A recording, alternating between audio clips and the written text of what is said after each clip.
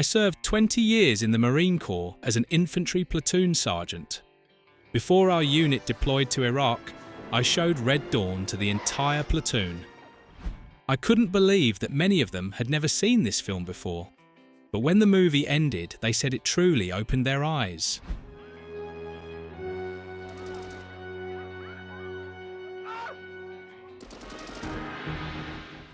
It may sound hard to believe, but a film released back in 1984 could still make modern soldiers think that way.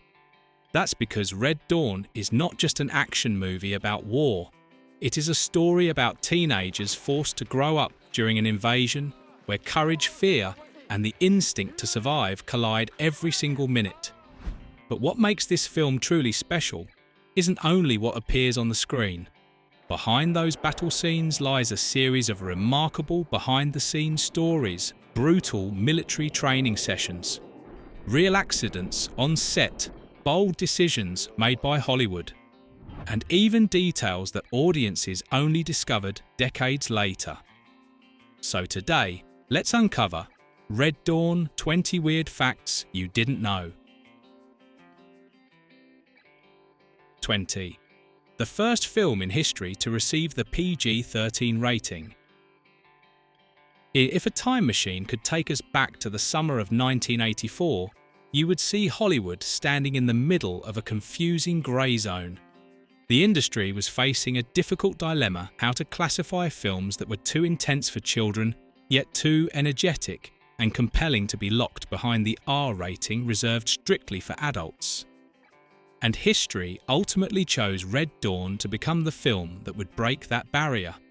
In July 1984, just a few weeks before the film's release, the Motion Picture Association of America (MPAA) rushed to create a brand new rating category called PG-13, Parents Strongly Cautioned. Ironically, this epic story about teenagers taking up arms to defend their homeland became the very first film in history to carry that label. Although the National Coalition on Television Violence, NCTVive, criticised the movie for containing a high number of violent acts, Red Dawn still marched confidently into theatres thanks to this controversial new rating. It was not only a war movie, it was also a turning point in the history of film classification. 19. The deadly loophole of Form 4473. You probably remember the suffocating tension when the occupying army storms into the town of Calumet. Amid the grinding sound of tank tracks on the streets and the chaos of invasion, there is a quiet yet chilling moment that many viewers may have overlooked. At that moment, the Cuban commander, with the sharp gaze of someone who clearly understands the enemy's Achilles' heel, does not order his troops to search for gold or food supplies. Instead, he gives a command that later made military analysts and firearms experts shudder. Go to the sporting goods store.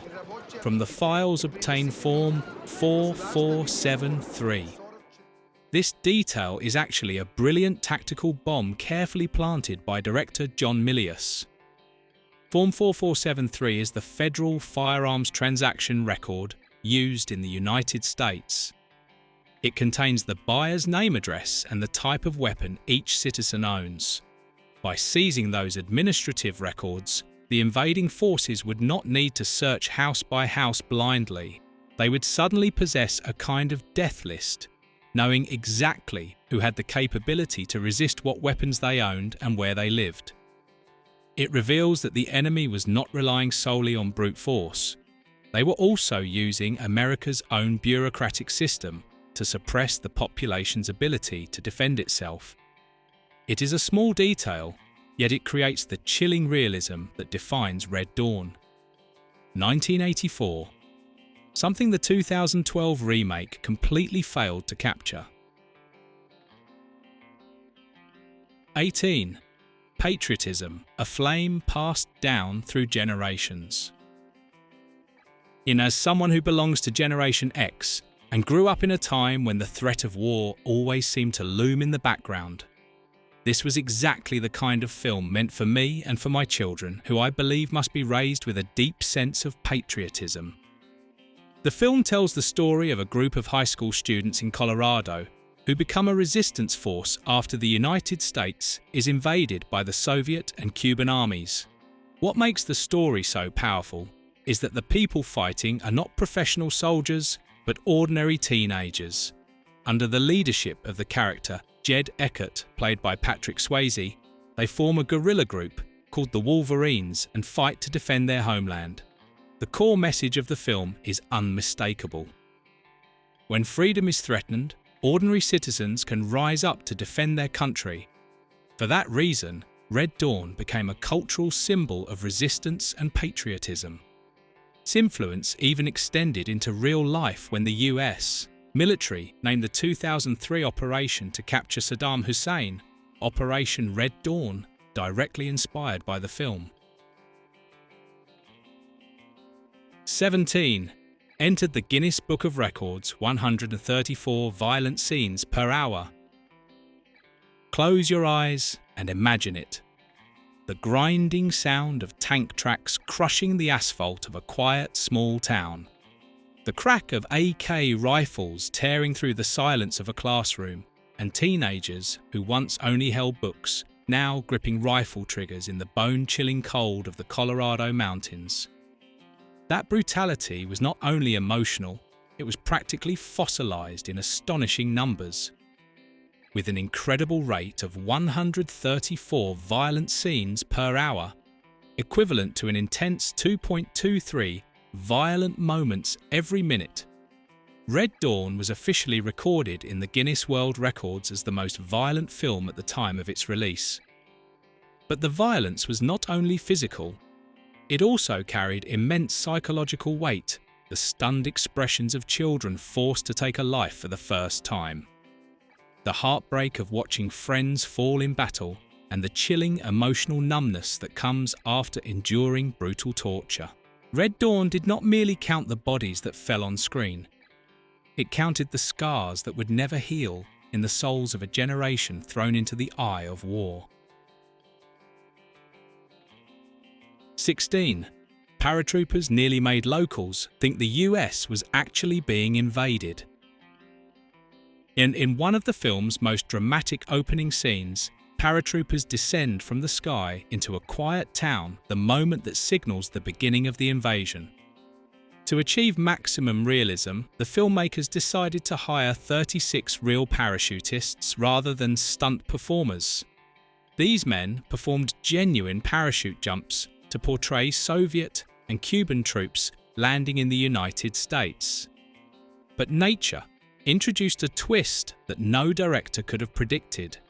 During filming, strong winds suddenly pushed the parachutists off course, causing 5 of the 36 jumpers to drift nearly a mile, about 1.6 kilometers away from the intended landing zone. The situation became even more chaotic when one parachutist got stuck high in a tree and could not climb down. The irony was that the filming location was in rural New Mexico, where local residents suddenly saw men dressed in Soviet military uniforms descending from the sky. For a brief moment, several people genuinely panicked, believing a real invasion was underway. The parachutist trapped in the tree even had to shout down explanations that it was only a film crew shooting a war scene. That bizarre moment became one of the most memorable behind-the-scenes stories of Red Dawn, a fictional invasion that almost convinced an entire town that the war had actually begun. 15. The controversial intimate scene.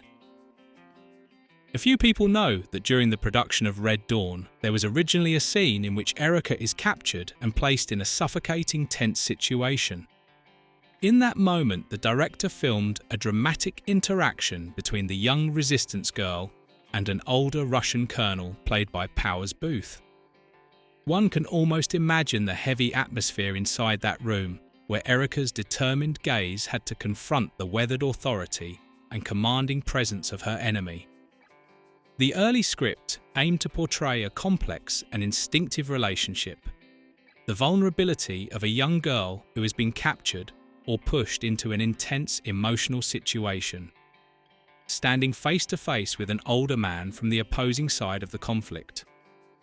It was meant to be an intimate moment, not born out of love, but out of loneliness and the desperate need for warmth between two souls damaged by the brutality of war. When the film was shown in test screenings, however, audiences reacted quite negatively to the scene. Many viewers felt that the age difference between the two characters more than a decade made the moment uncomfortable and inconsistent with Erica's character, who had been established as a strong young resistance fighter. Because of those reactions, the filmmakers ultimately decided to remove the scene entirely to avoid controversy and to keep the story focused on the resistance spirit of the Wolverines. 14. The McDonald's scene removed after a real-life mass shooting. The one lesser-known behind-the-scenes detail involves a scene set inside a McDonald's restaurant where the teenage Wolverines gather to eat and discuss their resistance plans during a rare, quiet moment in the war. That scene was completely removed from the final cut of the film. While the movie was preparing for release, a real-life tragedy forced the filmmakers to reconsider. On July 18, 1984, in San Ysidro, California, a horrific mass shooting occurred at a McDonald's restaurant.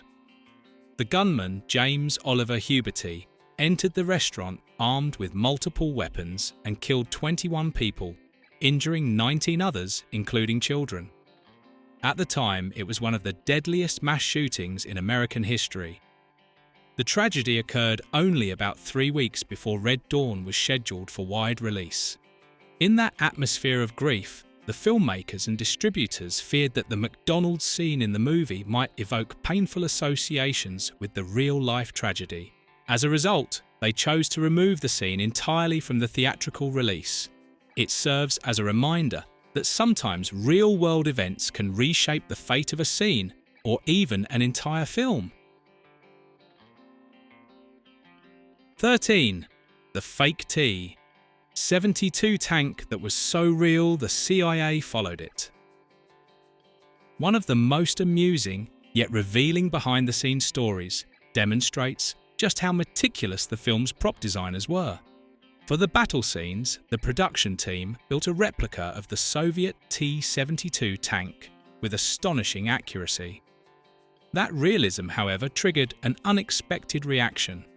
When the prop tank was transported through the streets of Los Angeles, it caught the attention of 2 officers from the Central Intelligence Agency.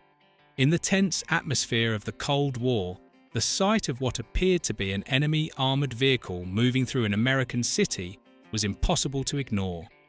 The agents quietly followed the tank all the way to the film set before confronting the crew with one serious question: where did this thing come from? Only after the technical team explained that it was a movie prop did the intelligence officers finally relax. The story later became a point of pride for the filmmakers. When your fake tank is convincing enough to alarm the CIA, you know your craftsmanship has reached a remarkable level of realism. 12. The original ending, even more tragic. Everyone remembers the ending of Red Dawn, but few realise that the film's original script was far darker. In that early version, hope was almost non-existent. The Wolverines were meant to be almost entirely wiped out, possibly every one of the teenage fighters dying in the cold mountain wilderness. Even more bitterly, the story would end without any indication that the United States might ultimately win the war. Director John Milius initially intended to emphasize the brutal truth of war and the idea of meaningless sacrifice. The tone leaned heavily toward an anti-war message, showing young lives crushed by the machinery of history with nothing to show for it except anonymous graves. However, during test screenings, audiences felt the ending was too bleak and emotionally heavy, particularly for a film aimed at younger viewers. As a result, the filmmakers decided to change it. They preserved the tragic tone but added elements of remembrance and hope, creating the ending audiences know today. That adjustment ultimately transformed the film into a powerful tribute to courage and to the memory of young people who fought for freedom. 11. a brutal boot camp before filming began. Before the teenage Wolverines ever appeared on screen, the actors went through training that resembled a real military boot camp. Director John Milius believed that if the actors did not experience the harsh reality of survival and combat, the battle scenes would feel fake. Actress Leah Thompson, who played Erica later, recalled the experience. "We went to a shooting range where there were all kinds of weapons you could imagine. We learned how to shoot, how to handle firearms, and how to reload under pressure. The training was intense, but it made everything feel more real." That realism also came with real risks. During training and filming, Charlie Sheen reportedly suffered a mild concussion while performing an action scene. Looking back, decades later, those demanding training sessions did more than just make the combat scenes convincing. They created a strange feeling that the young actors were not merely playing the Wolverines, they were actually learning how to survive like them. 10. Before its success, the studio itself doubted the film. It may come as a surprise, but even the film's own studio, Metro-Goldwyn-Mayer, initially feared that Red Dawn might not be well received. Those concerns were not unfounded. First, the political context was sensitive. The story depicted the Soviet Union and Cuba invading the United States, a concept deeply tied to Cold War tensions in the 1980s. MGM worried that audiences might interpret the film as political propaganda rather than entertainment. The high level of violence also raised concerns within the studio. Continuous combat scenes, teenagers carrying weapons, and the harsh portrayal of war made some executives fear the movie would face criticism or struggle to reach mainstream audiences. Yet when the film finally premiered, those pessimistic predictions proved wrong. Produced with a budget of about $17.2 million, Red Dawn earned approximately $38.4 million in North America and nearly $40 million worldwide, making it a notable box office success at the time. Its reputation continued for decades afterward. In 2009, National Review included Red Dawn in its list of the 10 best conservative movies of the last 25 years, praising the film's themes of patriotism, resistance, and its strong anti-communist stance. 9. Wolverines, from a movie slogan to a real-world symbol. Perhaps you remember the moment when among ruined buildings and occupied streets the word Wolverines appears painted on walls and even on tanks, a message that the resistance has not been defeated. The shout echoes like a challenge, a sign that the fight continues. The teenage guerrilla fighters in the story choose the name Wolverines, taken from the mascot of Calumet High School in the film. When the invasion begins and they are forced to survive in the mountains, that name gradually becomes a symbol of resistance. The choice of the name is meaningful. The wolverine is a small animal in the weasel family, but it is famous for its ferocity, endurance, and relentless fighting spirit. Despite its size, a wolverine can confront predators far larger than itself and rarely backs down. That image perfectly reflects the spirit of the teenagers in the film, small, outnumbered, yet unwilling to surrender. After the movie's release, the cry "Wolverines" quickly became one of the most iconic slogans of 1980s cinema. It did not only represent the characters in the film, it also evoked the image of determined fighters who would battle to the very end for their homeland. 8. A sign that accidentally revealed the film's real shooting location. While watching the film, I once noticed a very small sign that briefly appears when 3 Soviet soldiers drive their patrol vehicle up into the mountains where the Wolverines are hiding. Do you know what it says? The sign reads, "Arapaho National Forest." That perfectly fits the setting the film is trying to portray, the mountains of Colorado where the teenagers' guerrilla war takes place. But right beneath that line appears another phrase, "Highest Point Hermit Peak, 10,212 feet." and that tiny line accidentally revealed a behind-the-scenes truth. Hermit Peak is actually not located in Colorado at all. It belongs to the Santa Fe National Forest near the town of Las Vegas in New Mexico, the place where the production team actually filmed most of the mountain scenes. Meanwhile, the real highest point of Arapahoe National Forest is Mount Evans, which rises to 14,271 feet. Not 10,212 feet, as the sign claims. It is only a small detail, but for film lovers who enjoy discovering behind-the-scenes secrets, that sign feels like a tiny trace left behind by the filmmakers a moment when Colorado on screen suddenly reveals that, in reality, it was actually New Mexico. 7. Enduring freezing conditions in the mountains. Do you remember the scenes where the wolverines hide in snow-covered mountains, their faces red from the cold, and their breath turning to mist in the air? That cold was absolutely real. Much of the film was shot in the mountainous regions of New Mexico, where winter conditions can become extremely harsh. During filming, outdoor temperatures sometimes dropped to around -51 degrees Celsius, -60 degrees Fahrenheit.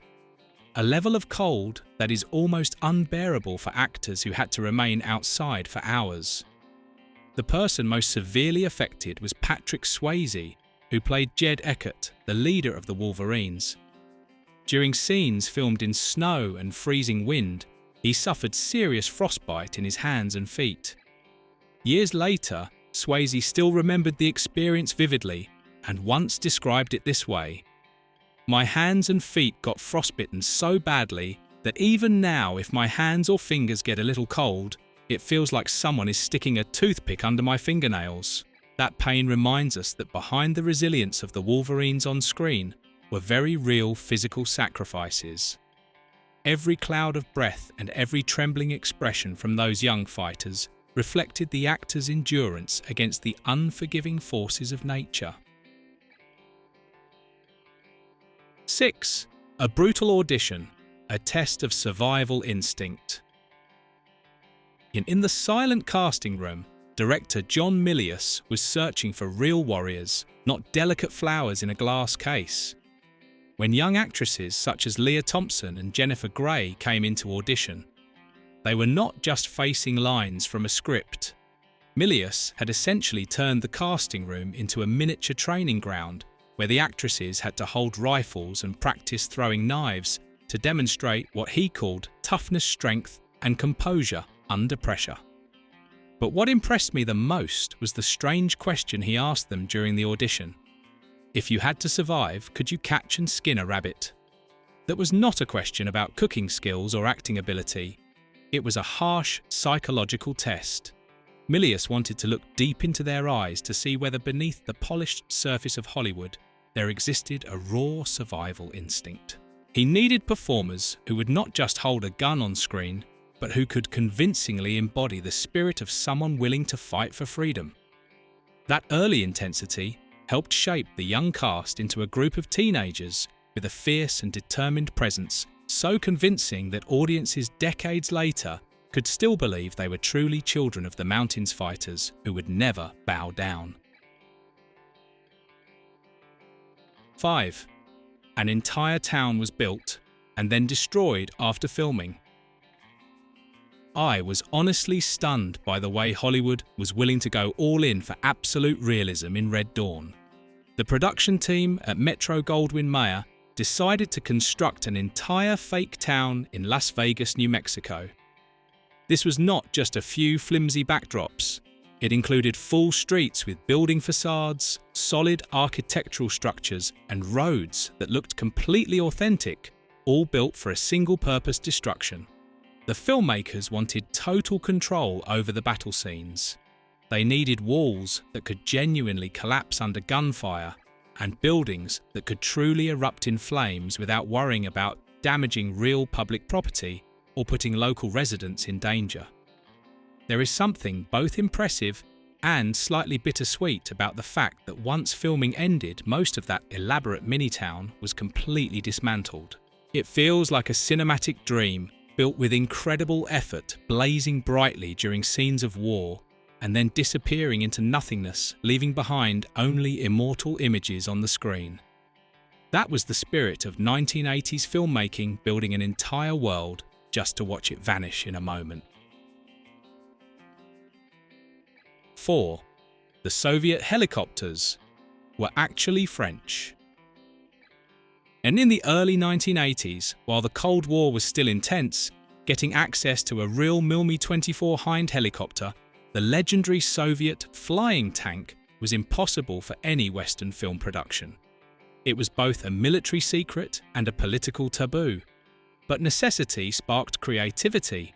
The filmmakers took French Aerospatiale SA-330 Puma helicopters and essentially performed a cinematic, cosmetic surgery on them. They added fake armoured plating stub wings fitted with missile pods and intimidating weapon mounts to transform them into convincing Mi-24 gunships. On screen, amid smoke and explosions, the illusion was so effective that not only audiences, but even some military experts reportedly had to look twice. It became proof that in that era, Hollywood's practical craftsmanship could overcome even geopolitical barriers, creating an entire invading enemy army, using nothing more than imagination, ingenuity, and fearless creativity. 3. The father in the film was a real-life rodeo champion.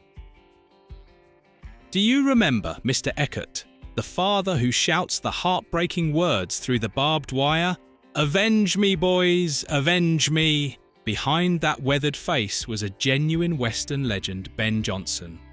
He was not only a veteran Hollywood actor, he was also a real professional rodeo cowboy who won the Team Roping World Championship in 1953.